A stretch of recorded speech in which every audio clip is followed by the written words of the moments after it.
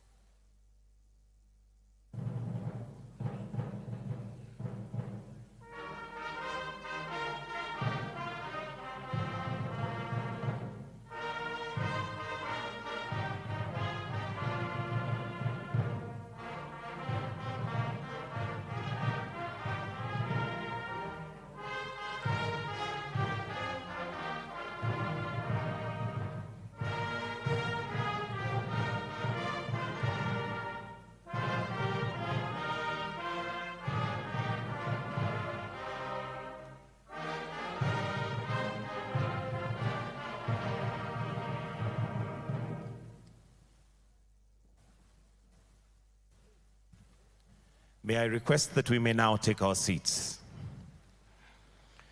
Your Excellency, Dr. William Samoei Ruto, President and Commander-in-Chief of the Kenya Defense Forces, Your Excellency Emmanuel Macron, President of the French Republic, His Majesty King Letsi III, Kingdom of Lesotho, Your Excellency Paul Kagame, President of Rwanda, Your Excellency Alassane Ouattara, President of Cote d'Ivoire, Your Excellency Abdel Fattah el-Sisi, President of Egypt, Your Excellency Faustin Anchange Todara, President of Central African Republic, Your Excellency Azali Assoumani, President of Comoros, Your Excellency Abiy Ahmed Ali, President of Ethiopia, Your Excellency Felix Tshisekedi, President of the Democratic Republic of Congo, Your Excellency Mohamed Ould Zohani, President Mauritania, Your Excellency Mohamed Al-Menfi, President Libya, Your Excellency Hakainde Hichilema, President of Zambia, Your Excellency General Mamadi Odumai, President Guinea, Your Excellency Bola Ahmed Tinubu, President of Nigeria, Your Excellency Joseph Nyuma Boakai, President Liberia, Your Excellency Bassirou Diomaye Faye, President Senegal, Your Excellency Mahamat Idris Deby Itno, President of Chad, Your Excellency Duma Gideon Boko, President of Botswana, Your Excellency Darman Gakol, President Mauritius, Your Excellency Dramani Mahama, President Ghana, Your Excellency Chapo, President Mozambique, Your Excellency Colonel Michael Randarinariana, President Madagascar, Your Excellency Antonio Guterres, Secretary General, United Nations, Your Excellency Aziz Akonoch, Prime Minister Morocco, Your Excellency Russell Mino Dlami, Prime Minister Eswatini, Your Excellency Americo Jolivier dos Ramos, Prime Minister Sao Tome, Your Excellency Sarah Zafan Zefri, Prime Minister Tunisia, Your Excellency Mwigulu Lameck Nchemba, Prime Minister Tanzania, all Vice Presidents present, Your Excellency Ambassadors, Heads of Delegation, Country Representative, Development Partners, distinguished guests, ladies and gentlemen. Your Excellencies, at this point where we see Africa moving forward, it is a day that will be marked in history as a change has begun. Allow me, Your Excellencies, at this point to invite Vivian Onano, who is going to be our moderator for this session. Vivian Onano is one who needs no introduction. She's an award-winning journalist and also has many other things that she has achieved in her accolades. Let's put our hands together as we welcome Vivian Onano, our moderator this morning. A good clap for her, please.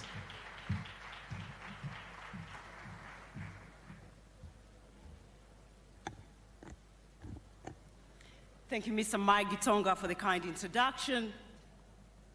Excellencies, heads of states and governments, distinguished ministers, captains of industry, members of the diplomatic corps, fellow young leaders, ladies and gentlemen, good morning.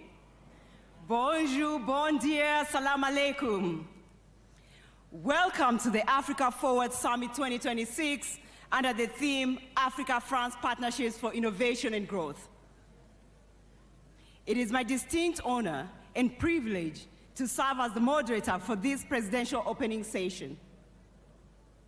Please allow me to begin by expressing sincere appreciation to our co-host, Son Excellence, Monsieur Emmanuel Macron, President de la République Française, Son Excellence, Dr. William Samoei Ruto, President de la République du Kenya. Please join me in giving their excellencies a warm round of applause for their leadership and commitment to strengthening a renewed Africa-France partnership grounded in mutual respect, mutual cooperation, and shared prosperity. A big round of applause to their excellencies. Excellencies, we gather here today at a defining moment in global history. The world is resetting, and increasingly, Africa is becoming central to what comes next. Today, Africa is the youngest continent on Earth, with a median age of just 19 years. By 2050, 1 in 4 people in the world will be African. This is not simply a demographic reality. It is one of the greatest economic opportunities of our time, if properly invested in. Otherwise, it also risks becoming a major liability. Because when we speak about Africa Forward, we are fundamentally speaking about our young people. Young Africans are already driving transformation across this continent, and this was clearly demonstrated yesterday at the Youth Future Makers Forum, where both President Macron and President Ruto actively engaged with young leaders and entrepreneurs. And with greater investment in education, innovation, entrepreneurship, Africa has the potential to become one of the defining economic growth stories of the 21st century. Excellencies, how do we go from the amazing potential that we have to where we need to be at unprecedented scale and speed? Excellencies, as a young Kenyan, as someone privileged to have studied at Sciences Po Paris, and as someone who has had the opportunity to travel across more than 40 countries in Africa and continues to actively engage with young people and leaders from both Africa and Europe, I genuinely believe that this moment matters deeply for Africa, for France, and for the future of international cooperation itself. Because this summit represents possibility. The possibility of moving beyond old assumptions and building partnerships based on co-creation, co-investments, innovation, trust, and shared growth. This is strategic partnership. Africa today is experiencing one of the fastest rates of urbanization in human history, yet without a commensurate pace of industrialization. Historically, countries such as France achieved sustained prosperity through the combination of demographic growth, urbanization, and industrial transformation. Africa has the demographic dynamism, urban momentum, and now we need to accelerate the rate of industrialization at the required scale to meet the continent's extraordinary potential today and for the future. Ultimately, the Africa Forward Summit will not be measured simply by speeches and declarations, but by delivery, by investments unlocked at scale, by industries built at scale, by opportunities created at scale, because Africa Forward is not simply a slogan. It must become a commitment to build an Africa that works for its young people, an Africa that competes globally, an Africa that industrializes sustainably, and an Africa that helps shape the future of our world. This is the Africa we want. Excellencies, as I welcome our distinguished leaders to come and deliver their official statements, it would be great to reflect on a number of defining questions. What model of growth will define Africa's future prosperity? How can Africa industrialize at scale in ways that are more sustainable, more inclusive, and more competitive? How do you ensure that the partnership between Africa and France is truly equitable, future-oriented, and capable of delivering shared prosperity in an increasingly complex and competitive world? Excellency, distinguished ladies and gentlemen, it is now my distinct honor to welcome to the stage our first speaker, who is our gracious host and co-convener. He is a champion for African economic transformation, an increasingly influential voice in shaping Africa's place in the world, and is very committed to positioning Africa not at the margins of the global economy, but at the very center of its future. Please welcome to the stage His Excellency Dr. William Samoei Ruto, President of the Republic of Kenya. Karibu, Mr. President.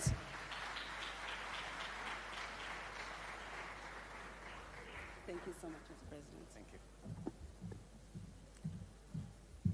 Your Excellency Emmanuel Macron, President of the French Republic and co-chair of the Africa Forward Summit 2026. Excellencies, heads of state and government, honorable ministers, captains of industry, distinguished delegates, ladies and gentlemen. It is a profound honor and privilege to welcome you to the Africa Forward Summit 2026 here in Nairobi, Kenya, the cradle of humankind, the birthplace of our shared human history, and the origin of wonder. Wherever you come from, you are not merely visiting. You are returning to the very beginnings of humanity.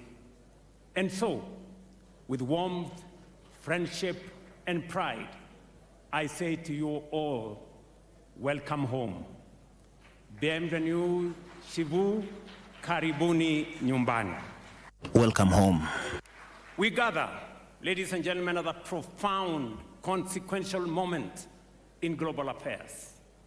The foundations of international order are being reshaped by deepening geopolitical divisions, persistent conflicts, economic volatility, climate pressures, and widening inequalities. Long-standing assumptions about global stability, cooperation, and prosperity are being tested as never before. At the same time, shifting centers of influence, changing trade alignments, and the reconfiguration of global supply chains are redefining the architecture of the world economy itself. Yet, in moments such as this, fragmentation cannot be the answer, nor isolation the strategy. The times before us demand stronger cooperation, renewed multilateralism, and partnerships grounded not on hierarchy, but in sovereign equality, mutual respect, and shared responsibility. It is not how we do it. It is in that spirit that we convene this summit, grounded in our shared conviction that enduring partnerships must not be built on dependency, but on sovereign equality, not on aid or charity, but on mutually beneficial investments, and not on extraction or exploitation, but on win-win engagements. Excellencies, ladies and gentlemen, Africa and France have a unique opportunity to forge a forward-looking partnership that delivers shared progress while advancing Africa's long-term economic transformation.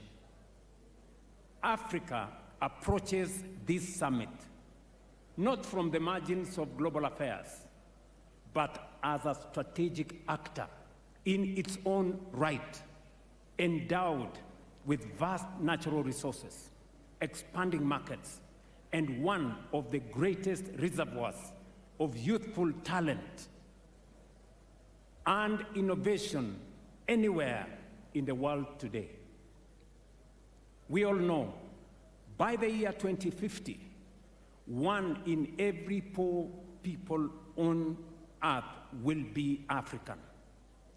That reality alone will shape the future of labor, will shape the future of markets, urbanization, energy demand, and global economic growth. Over the course of this summit, our deliberations will focus on priorities fundamental to Africa's development trajectory and long-term prosperity.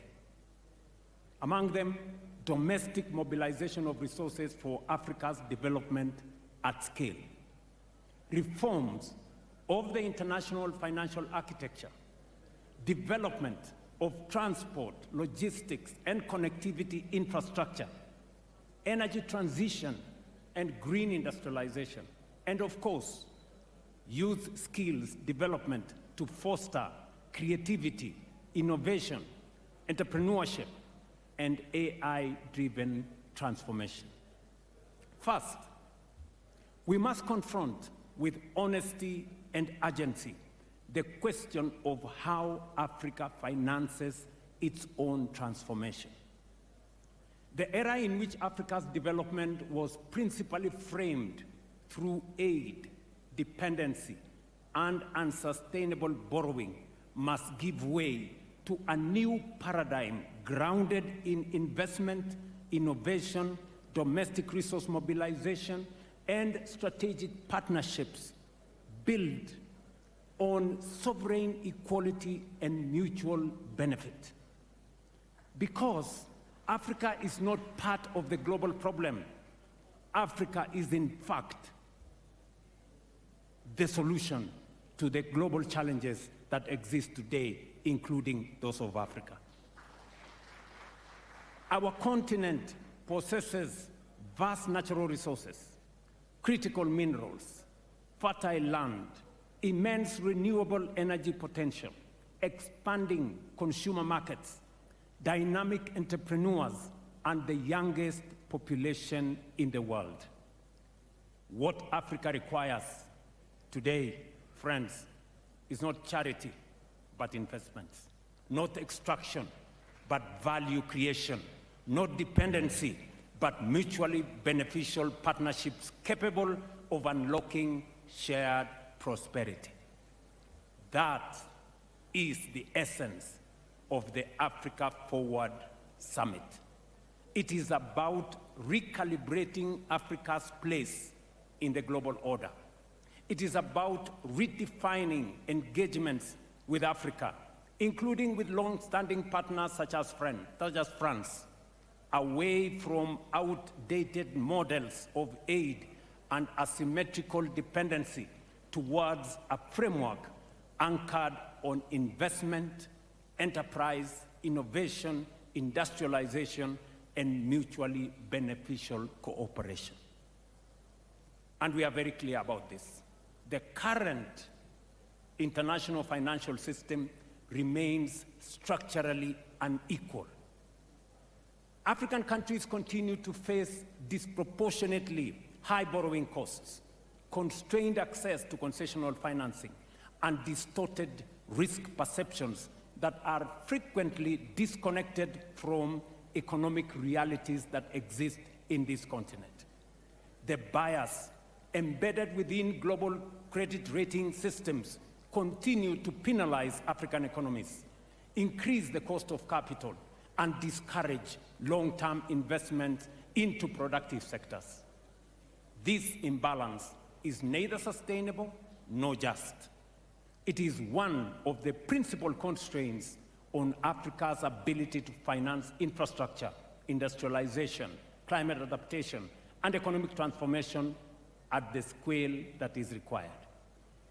That is why Africa has supported the establishment of the African Credit Rating Agency, an important step towards ensuring fairer, evidence-based, and context-sensitive assessment of African economies and investment opportunities. Its purpose is not to replace existing global institutions, but to correct long-standing distortions in risk perception that continue to increase the cost of capital for African countries and continue to discourage long-term investment into productive sectors. At the same time, we must recognize that the World Bank and the International Monetary Fund alone cannot finance Africa's development ambition. We have to be realistic. Even as reform efforts continue, the scale of Africa's transformation requires us to rethink the sources, structures, and instruments of development finance itself.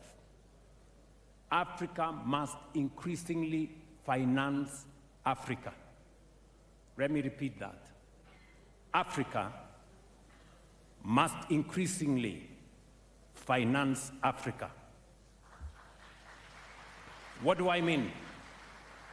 Across our continent, enormous pools of domestic capital remain underutilized.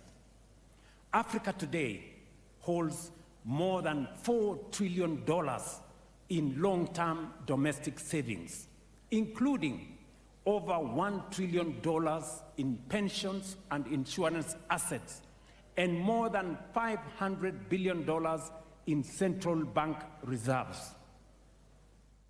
I am not talking about Europe, I'm talking about Africa. Yet, paradoxically, while this capital exists within African economies, governments across our continent continue to struggle to finance critical infrastructure, transport corridors, energy systems, industrial parks, logistics networks, and even affordable housing. There is capital in Africa, but Africa's development projects remain starved of financing. The issue, therefore, is not liquidity. It is risk architecture. That is why Africa is laying the foundation of a stronger, more resilient, and more self-sustaining financial architecture. Kenya, therefore, reaffirms its very strong support for the Alliance of African Multilateral Financial Institutions as a strategic platform for coordinating capital mobilization, risk sharing, and project execution across our continent. You remember, colleagues, that we did endorse at the last AU summit the Alliance of African Multilateral Institutions, starting with the World Bank and all the other institutions. Through institutions such as the Africa Development Bank, Africa Export-Import Bank or Afrexim Bank, Africa Finance Corporation, the Trade and Development Bank, Shelter Afrique Development Bank, Africa 50, and Africa Trade and Investment Development Insurance, Africa is steadily strengthening its capacity to finance infrastructure, industrialization, trade, housing, climate resilience, and economic transformation. These institutions are more than financial intermediaries. They are instruments of African agency, strategic sovereignty, and collective self-determination. Friends, we must believe in ourselves. That is why we strongly support the recapitalization of African Trade and Investment Development Insurance as a critical pillar of the new Africa financial architecture for development. And I must thank the President of the Africa Development Bank, who is right here with us, for spearheading this effort together with all the other multilateral institutions. This is because Africa does not need more fragmented institutions. Africa needs coordinated financial firepower capable of financing infrastructure, industrialization, trade corridors, and energy transformation in our continent on our terms. It is in this spirit that the proposed new Africa financial architecture and development framework, NAFAD, as we are calling it, seeks to align African multilateral institutions, sovereign investment platforms, pension systems, development banks, and private capital behind a coordinated continental investment strategy. Its objective is simple but transformative: to retain more African savings within Africa and channel them into productive, bankable, and transformative sectors of our economy. NAFAD is designed to unlock long-term domestic institutional capital by creating credible project pipelines, harmonizing investment frameworks, strengthening regional capital markets, and establishing mechanisms that de-risk strategic public investments. By lowering risk and risk perception and improving project preparation, African pensions and insurance funds will be better positioned to invest confidently in infrastructure, industrialization, energy, housing, and regional connectivity projects across our continent. And by the way, I am still talking about resources that are African, our own resources. Ultimately, NAFAD represents Africa's collective effort to build financial sovereignty by aligning African institutions, African savings, and African capital markets behind Africa's development priorities. And Kenya has already begun implementing the elements of this vision through the establishment of the National Infrastructure Fund, a platform designed to mobilize long-term domestic capital into strategic national projects. Already, our new National Infrastructure Fund has mobilized approximately $1 billion in the last 4 months, demonstrating the enormous potential that exists within African economies themselves. And this is money we have just mobilized here in Kenya. As government, we are deliberately partnering with the private sector to build confidence, reduce risk, and crowd in investment into transformative public infrastructure. Our objective is simple: to create credible mechanisms through which private capital can participate securely and profitably in Africa's growth story. Kenya's experience demonstrates what domestic resource mobilization can achieve. Over the last 3.5 years, we have mobilized nearly $4 billion locally for our affordable housing program. Through innovative domestic financing mechanisms, we are investing in housing, creating jobs, supporting enterprise, and expanding home ownership while restoring dignity to millions of Kenyan citizens. This experience demonstrates a fundamental truth. Africa can generate substantial development resources internally when institutions are strong, policies are credible and predictable, markets are trusted, and citizens themselves become active participants in nation building. Excellencies, infrastructure development remains one of the most decisive foundations of Africa's economic transformation and continental integration. Africa's infrastructure financing gap continues to constrain productivity, continues to increase the cost of trade, weaken industrial competitiveness, and fragment markets across our continent. According to the Africa Development Bank, Africa requires between $130 and $170 billion annually for infrastructure investment, with financing gaps estimated at between $70 and $100 billion every year. Bridging this gap will not happen through public borrowing alone. It requires innovative financial instruments, blended finance mechanisms, de-risking facilities like the one I have talked about, and strong public-private partnership capable of unlocking institutional capital at scale. But the broader challenge before us is continental.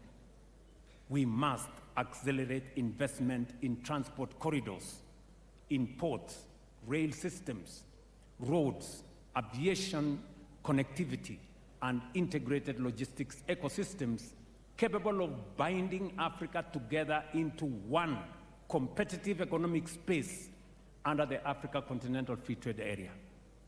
Because Africa cannot trade effectively with itself while its economies remain disconnected from one another.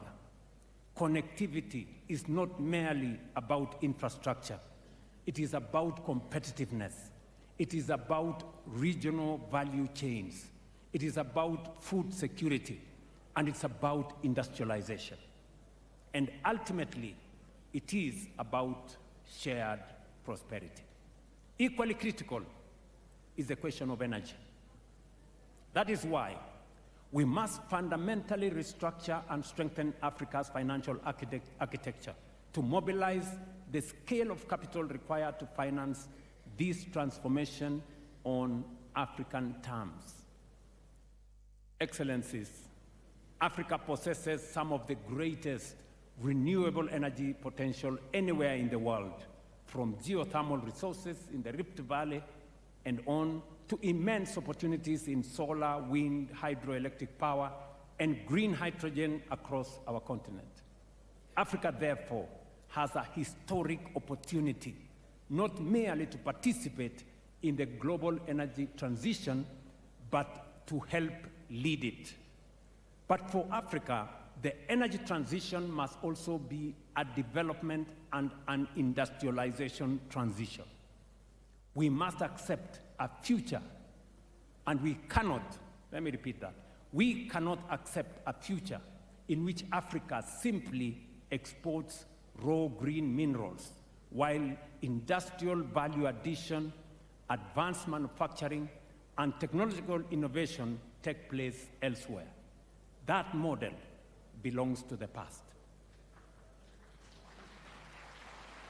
Africa must become a competitively industrial hub powered by clean energy, modern infrastructure, innovation, and strategic investment partnerships.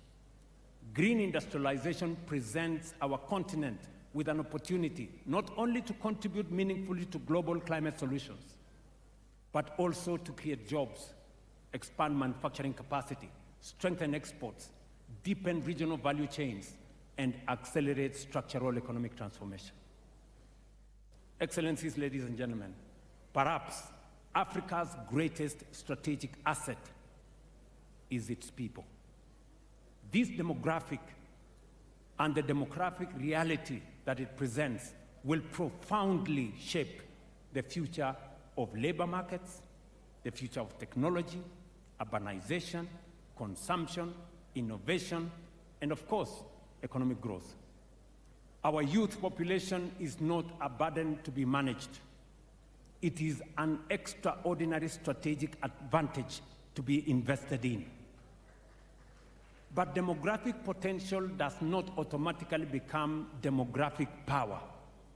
It must be deliberately cultivated by education, skills development, research, digital inclusion, entrepreneurship, and technological innovation.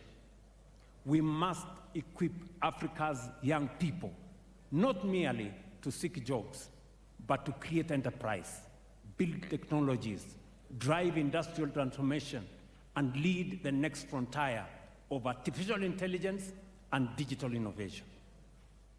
And across our continent, this transformation is already underway. From Nairobi to Lagos, from Kigali to Cape Town, young Africans are redefining finance through fintech, transforming agriculture through technology, expanding digital commerce, building globally competitive startups, and creating solutions capable of shaping industries far beyond our borders. What they require is access. Access to quality education, access to digital infrastructure, access to affordable capital, access to markets, and of course, they will create the opportunities necessary. Ladies and gentlemen, none of these ambitions can be fully realized without peace, stability, and effective multilateral cooperation. Peace, security, and development remain inseparable foundations of sustainable progress. Yet across parts of Africa and beyond, protracted conflicts, violent extremism, unconstitutional changes of government, terrorism, organized crime, and climate-related insecurity continue to undermine stability, weaken institutions, and constrain economic advancement. Current estimates indicate that Africa accounts for nearly 40% of active armed conflict globally and close to half of all internal displacements worldwide. These figures underscore both the scale but also the urgency of the challenges confronting our continent. We must therefore reaffirm our collective support for African-led peace and security mechanisms, including the Africa Union Peace and Security Architecture, predictable financing, institutional capacity, and international cooperation in support of lasting peace. But lasting peace cannot be secured through military response alone. Peace requires confronting the structural drivers of instability: poverty, exclusion, unemployment, inequality, weak institutions, climate vulnerability, and the absence of economic opportunity, particularly for young people. That is why strengthening Africa's strategic autonomy in matters of peace and security remains an imperative. And it is why we reiterate with clarity and conviction the urgent necessity of reforming global peace and security governance, particularly the United Nations Security Council. It is both indispensable and unconscionable that a continent of nearly 1.5 billion people, represented by 54 sovereign states and constituting one of the largest blocs within the United Nations, continues to remain excluded from permanent representation on the Security Council. Such inequality, ladies and gentlemen, such inequality erodes legitimacy, undermines credibility, and diminishes confidence in multilateral systems itself. No global governance architecture can credibly claim to be democratic, to be representative, to be just, or fit for purpose, while a substantial part of humanity remains absent from the table where the world's most consequential decisions are made. The time has come, therefore, for the international community to recognize, without ambiguity or without delay, that Africa cannot and will not and must not remain subject to decisions taken without its equal voice on the table. The reform of the Security Council is not merely an institutional adjustment. It is a moral obligation. It is a strategic necessity. It is indispensable to restoring trust, legitimacy, and confidence in the international order itself. Kenya, therefore, remains steadfast in its support for the common African position as articulated in the Ezulwini Consensus and the Sita Declaration, which calls for Africa to be accorded permanent representation on the Security Council with all the prerogatives and privileges of permanent membership, alongside additional non-permanent seats. Excellencies, ladies and gentlemen, Africa does not need privilege, but fairness. We don't need exclusion, but inclusion. We do not seek confrontation, but partnership anchored on mutual respect, shared responsibility, and of course, shared progress. This summit, therefore, presents us with an opportunity to define a new era of engagement between Africa and its partners, an era based not on dependency, but on dignity, not on extraction, but on value creation, and not on short-term transactions, but on long-term shared prosperity. Because the Africa we envision is an Africa of confidence, an Africa of ideas, an Africa of innovation, an Africa of enterprise, an Africa that believes in itself, invests in its people, mobilizes its own resources, and engages the world as an equal partner in shaping balanced, prosperous, and peaceful global future. Africa is rising, determined to shape its own destiny, and increasingly prepared to shape the future of the world itself. That is the Africa Forward agenda. An agenda grounded not on dependency, but in sovereignty, not in vulnerability, but in resilience, and not in limitation, but in possibility. That is the Africa whose time has come. Excellencies, ladies and gentlemen, Kenya is deeply honored to co-host this summit here in Nairobi.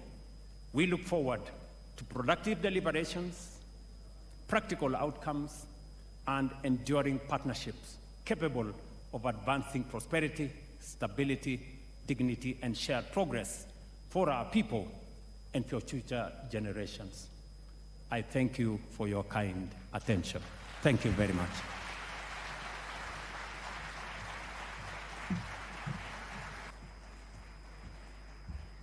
Thank you, Your Excellency, for the warm welcome and for reinforcing Africa's economic position today and the importance of partnerships such as the Africa-France partnership. Asante sana, Your Excellency. And now it's my profound honor to welcome to the stage our next speaker, who is also our co-convener. He's a global leader who has consistently championed international cooperation and a world of rules-based order, has been at the forefront of advancing dialogue on global economic reform and strategic partnerships between Africa and France. Please welcome to the stage His Excellency, Mr. Emmanuel Macron, President of the Republic of France. Bienvenue, Monsieur le Président.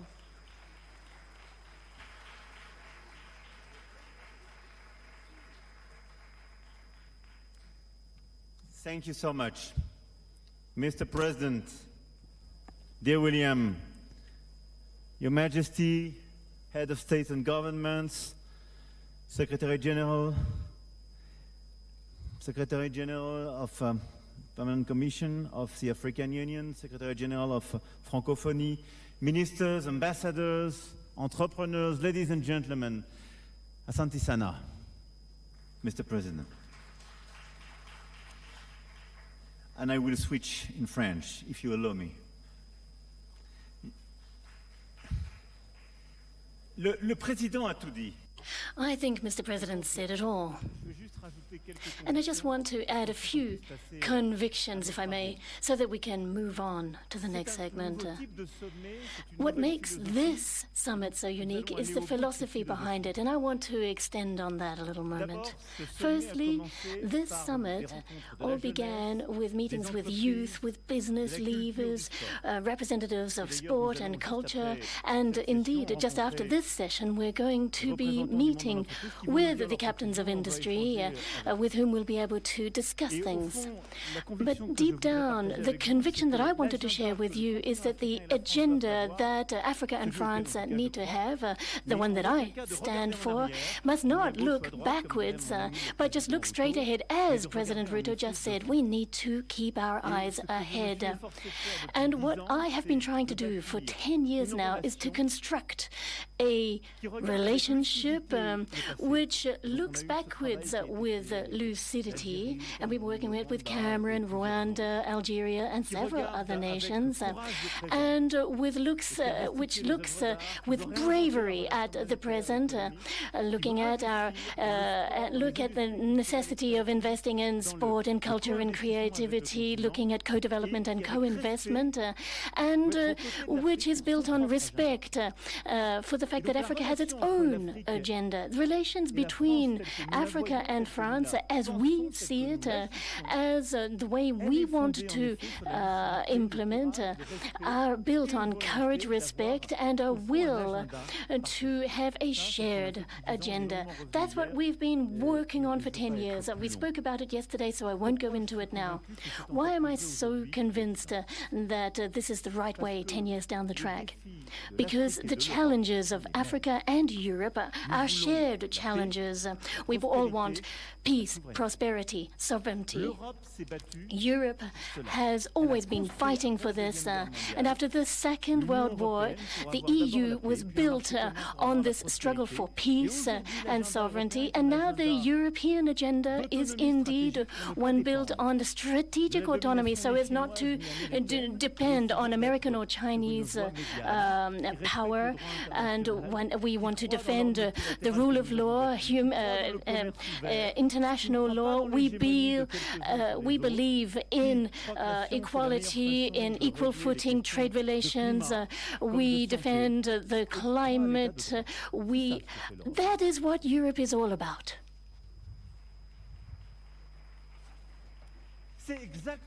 And that is the exact same challenge that Africa has before it. What Africa wants is peace, prosperity, and independence. And deep down, this partnership that is embodied here in this Africa Forward Summit is a bond between Africa and Europe. This is what France is working for: peace, prosperity, and this independent, this strategic independence. It's a very powerful thing, and if we can do this, then it will enable us to reconstruct together a multilateral order that has been thrown into upheaval, been jeopardized, affects all of us. And deep down, this can be a strong basis for moving forward together.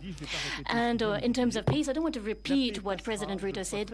Peace is going to require African unity, and I really firmly believe this. And I'm delighted to see so many of my brothers here, heads of state and government from so many nations who have come to Nairobi. I know that you're all very busy, so I'm very grateful to you for making this, because it really does share this image of a united continent, from Maghreb right down to the Indian Ocean, the south of the continent, Western Africa, Central Africa, and Eastern Africa. Remember, all of these different parts of Africa, given that it is so large, are all part, nonetheless, success of one continent with a shared agenda.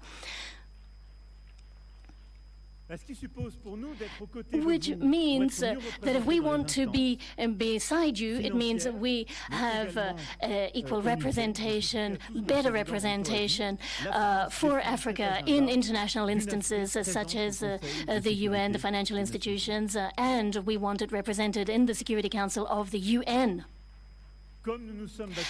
As we have also been fighting for for Africa to have a permanent seat at the G20. We've been fighting for this for years, and we've now made it a reality.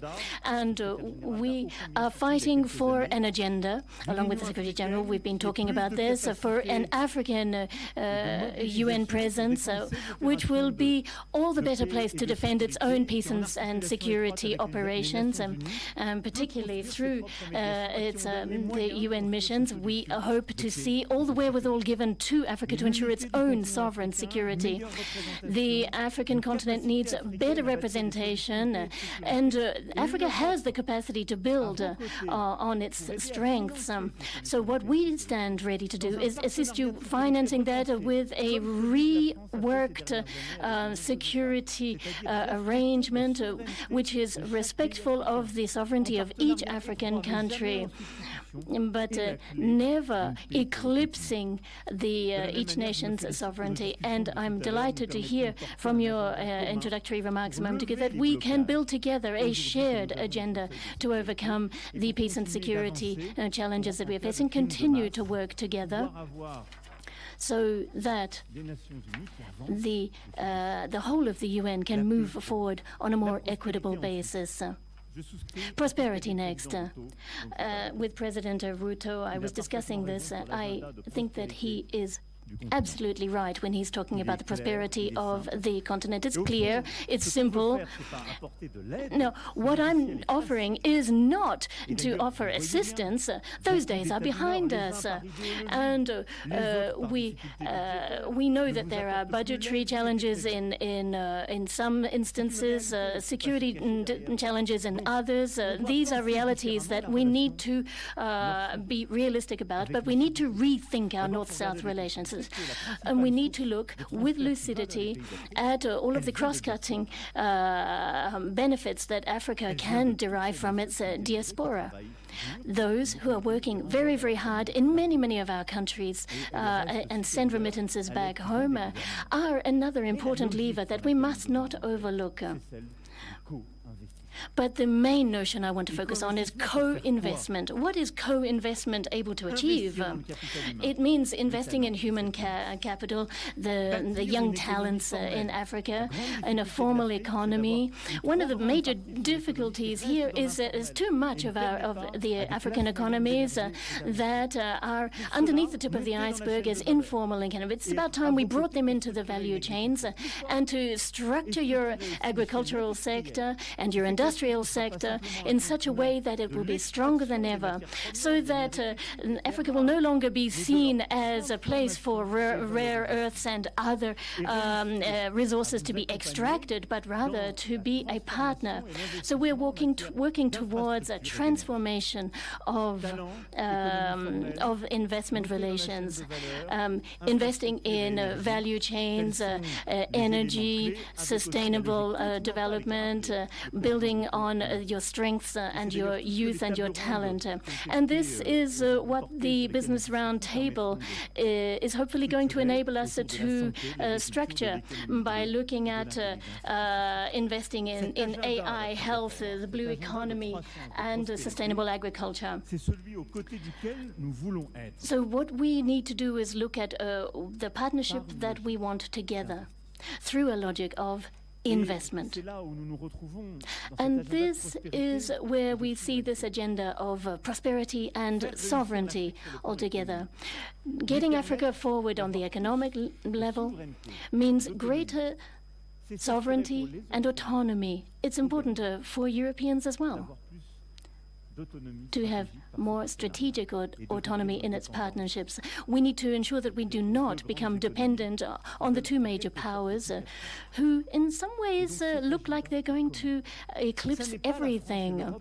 And it's not just France and Europe today who are going to mobilize all of the critical minerals or rare earths that we're going to need for the future. It's neither France nor Europe that will be here giving you diktats on the way forward. No, those days are way behind us. No, the European agenda has every interest in seeing you march strongly towards a sovereignty and autonomy because they're the same goals that we have. And if you are successful in this hunt for sovereignty, be it with agriculture, with economy, or wherever, then you are also offering more solutions to us. So your success is our success. So when you invest in your populations and have them succeed, that means fewer people fleeing poverty. And so this again is our success and your success hand in hand. So here what I want is for all of us to take a leap together. This is not an agenda which is univocal, which is top-down from Europe to Africa. No way. It is an equal footing partnership built on mutual respect. And we're going to build this together with respect, lucidity, and courage. And that is why, if we're going to be successful in this, we need business leaders, and that's what we announced yesterday. And this is a big first, 23 billion euros of investment in the private sector.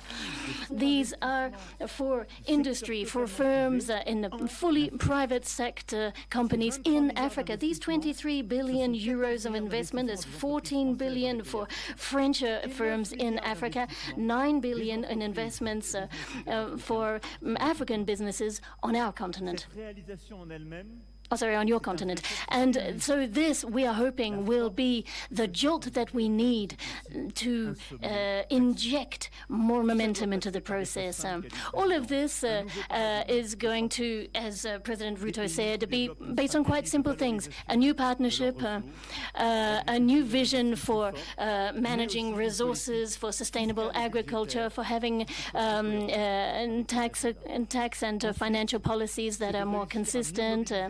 It's also going to mean that we can mobilize international funding better, be it the World Bank, be it the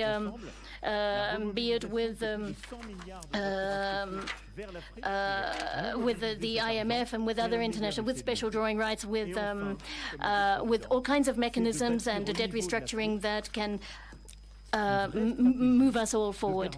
So it's a true strategy for guaranteeing peace, and that is why the ITD here in Nairobi is so important. We're going to be able to work with you, with the ATD, so as to move forward, so that ATD can play its full role continent-wide, and in this way prove successful. This strategy is a whole new paradigm shift, and it's going to require a new financial paradigm shift.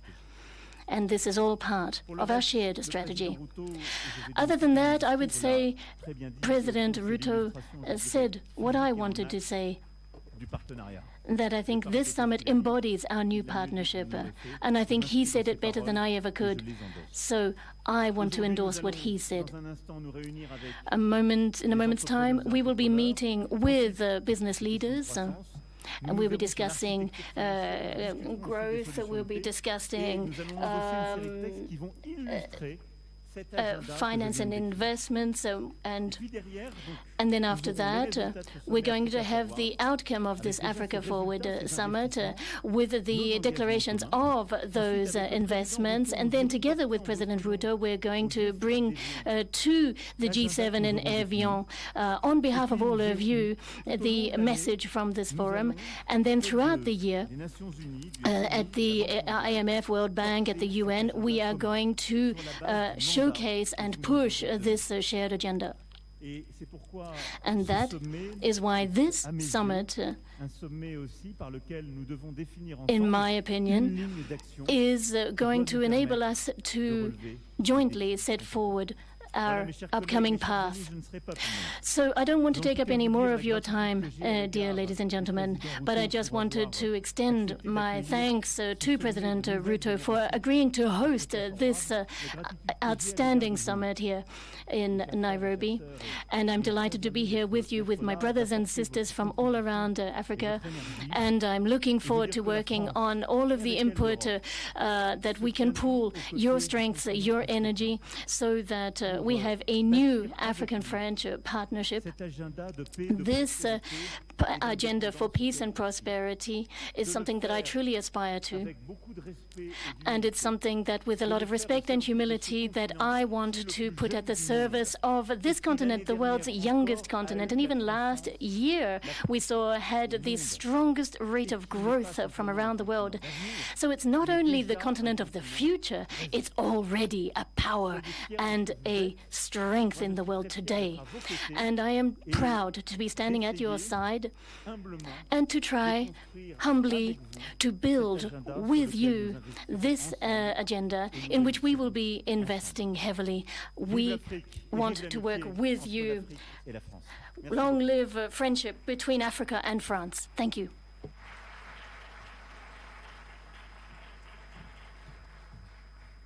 A warm, big round of applause for His Excellency. Thank you, Mr. President, for reinforcing the shared opportunities between Africa and France to continue working together. And now I'd like to please welcome on stage one of the world's foremost champions of multilateralism, peace and security, sustainable development, and global solidarity. Please welcome to the stage His Excellency, Mr. Antonio Guterres, Secretary General of the United Nations. Welcome, Your Excellency.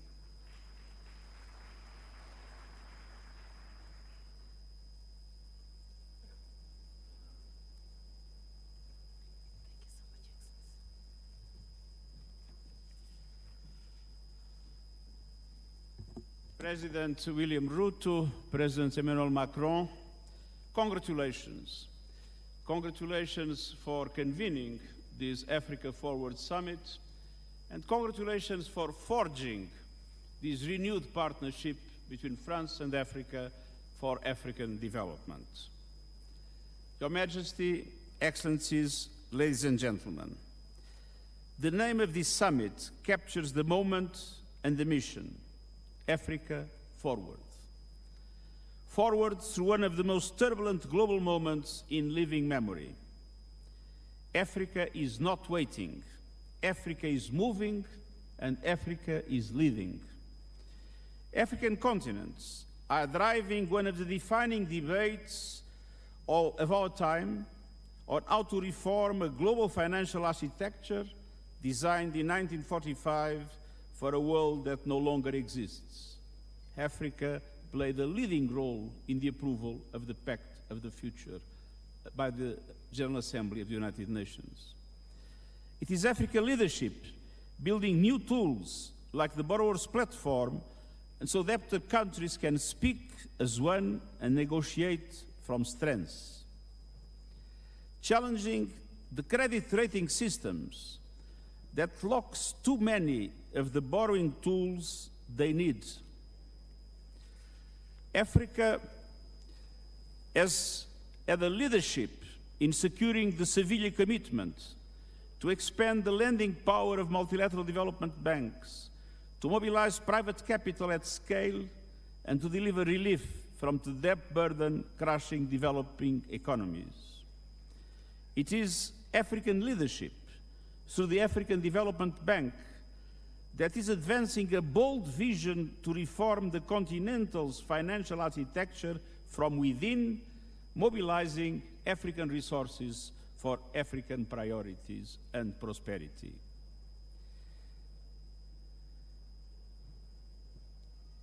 Africa is driving a UN framework convention on international tax cooperation so that countries are no longer cheated out of what is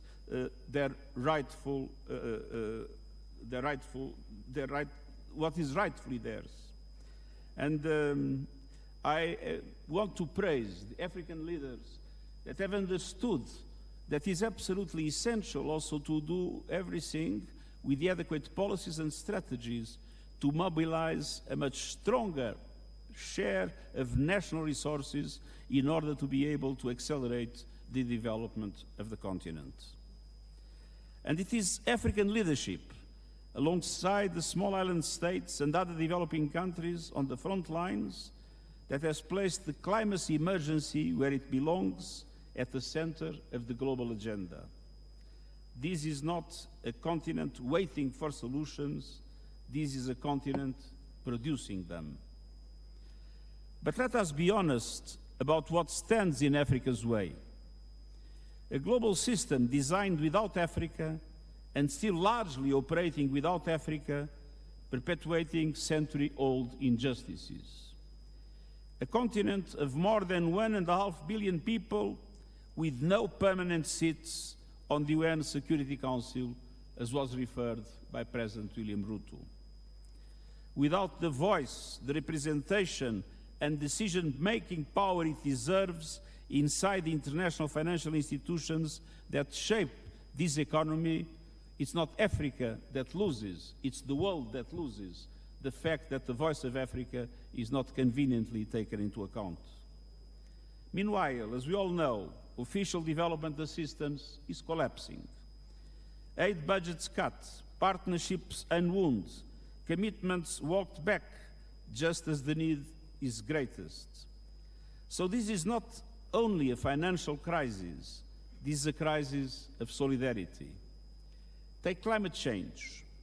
Africa did not cause it, yet the continent is warming faster than the global average, bearing the harshest consequences in displaced communities, lost harvests, and economic shocks. Today's global energy turmoil, volatile fossil fuel markets, fragmented trade is deepening fiscal stress, inflation, and stunted development across the continent. Africa must be at the center of climate justice. The continent holds 60% of the world's best solar potential and receives 2% of global clean energy investments. With the right finance, Africa could generate 10 times more electricity than it needs by 2040, entirely from renewables. Yet, 600 million Africans still live without electricity. And 1 billion still rely on unclean cooking, a crisis that takes 800,000 lives a year, mostly women and children, mostly out of sight. And on average, the continent faces borrowing costs twice as high as OECD countries as an average, draining resources that should be building the future. That is not a market verdict on Africa. It is a verdict on the injustices of the system. The continent also holds extraordinary reserves of the critical minerals the green transition depends on. For too long, the pattern has been the same. Africa's resources have been extracted, the value captured elsewhere, the environmental damage left behind. The United Nations panel on critical energy transitions minerals points the way. Fair value chains, in-country processing and manufacturing, transparency, environmental and human rights standards, and meaningful benefits for affected communities. No more exploitation, no more plundering. The people of Africa must benefit first and most from the resources of Africa. And going back to climate change, adaptation must no longer be an afterthought. The adaptation finance gap must be closed. Africa is paying an enormous price in relation to the devastation caused by climate change, and Africa has been denied the resources and the capacities able to protect their populations and their infrastructure in these circumstances. Climate finance with justice is a must in today's world. Excellence, Ce sommet porte sur un partenariat nouveau, réinventé par une génération nouvelle.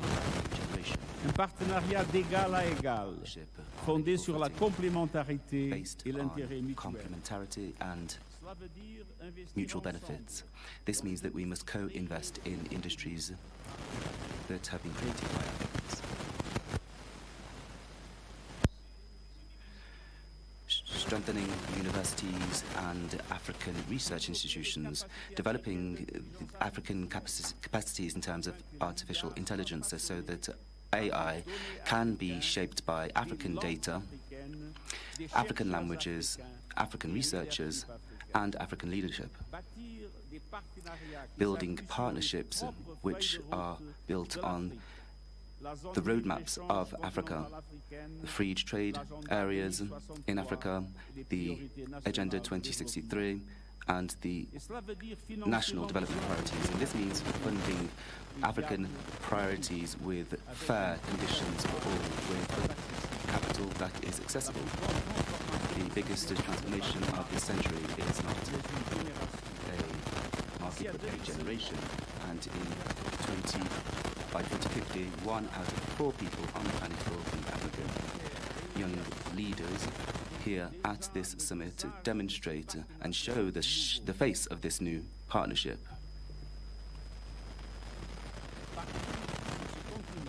Right across this continent, millions are working, they're coding, they're cultivating, they're building, they're organizing, and they're imagining the future.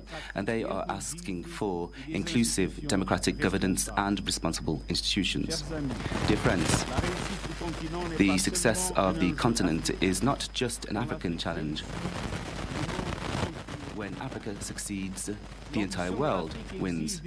The ambition in Africa requires large-scale investments, fairer international systems, and partnerships built on mutual respect. Together, let us move forward with Africa, with trust, solidarity, and the hope of a shared future. Thank you very much.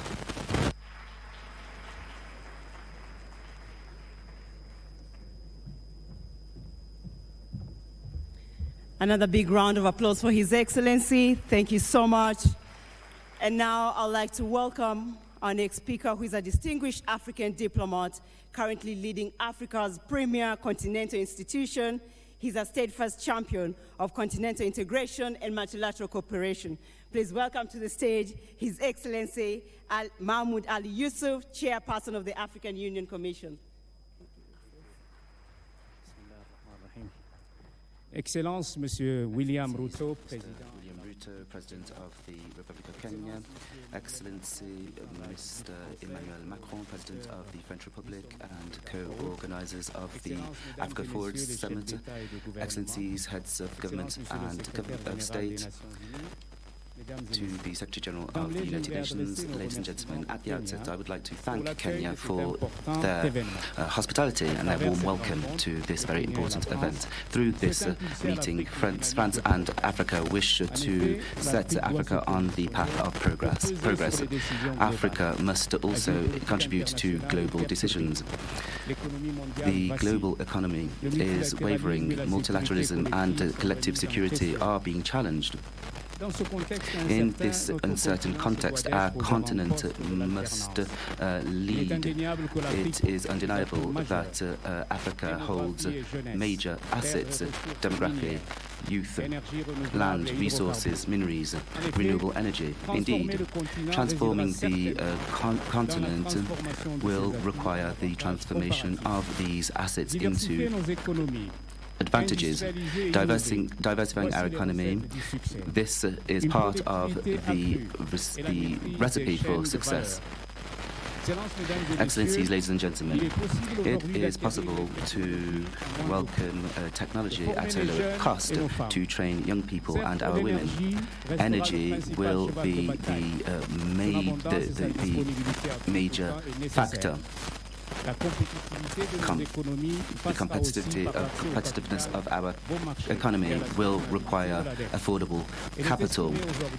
It is estimated that $690 billion with $80 billion of illicit financial flows and 115 billion in annual additional costs. This is why we must ensure that we fund our infrastructures. Ladies and gentlemen, you know what the challenges are that we face. Solutions will come from the coherence of our policies, the commitment of our member states, and the stability right throughout the continent. Multilateral institutions will need to be proactive. Partnerships, more balanced partnerships, and the cost of development are fundamental principles of global governance.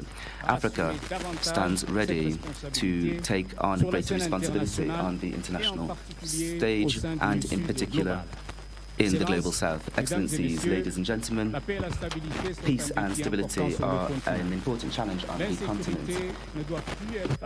Security must no longer be an obstacle to investment on our continent. It is therefore imperative to ensure that we do this without hesitation. The African Union Commission has made this an absolute priority. My speech has become irrelevant when I listened to our presidents here, in particular President Ruto. He touched upon all the issues I wanted to raise, but let me conclude my very brief remark by saying this. The future is for the African continent.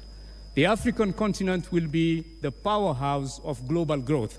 So let us work together, let us put our energies together and move forward. And I thank you.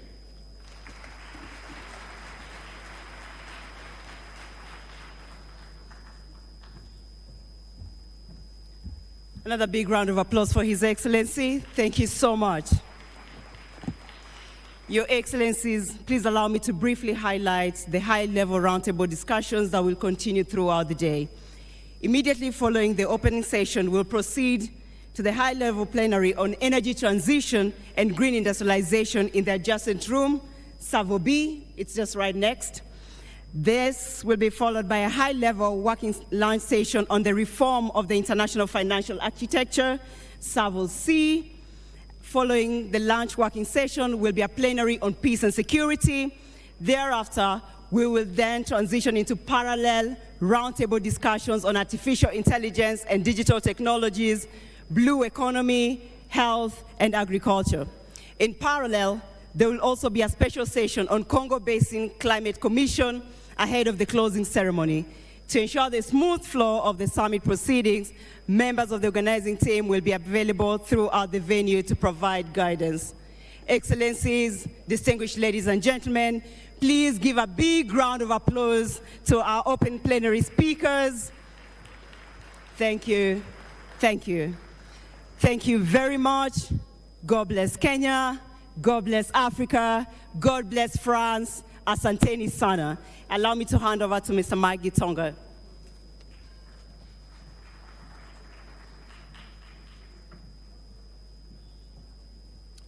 Thank you, Vivian. Let's give a clap for Vivian for great moderation.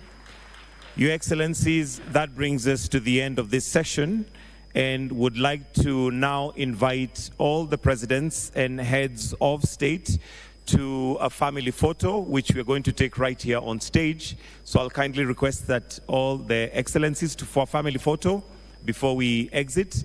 All presidents and heads of state to kindly just be here on stage for a family photo.